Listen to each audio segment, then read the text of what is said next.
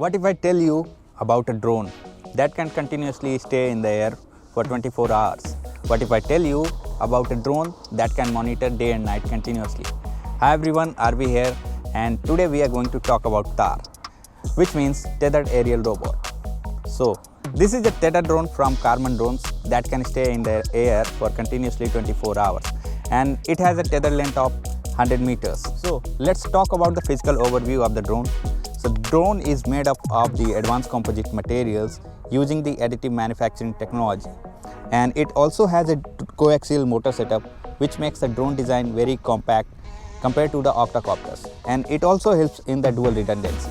Coming to the specification of the drone, as I told you earlier, the drone can stay still in the air for continuously 24 hours, and it has maximum tether length of 100 meters. The drone has maximum takeoff weight of up to 6 kg, and it has maximum operational altitude of 3500 meter AMSL. The drone can stay still in the wind gust of up to 10 meters per second, and it can easily operate within a temperature range of -20 degrees Celsius to +60 degrees Celsius. So the drone also comes with an emergency battery pack. So in case of power breakage or the tether breakage, in that scenario, the battery gives power to the drone and it helps the drone to land safely.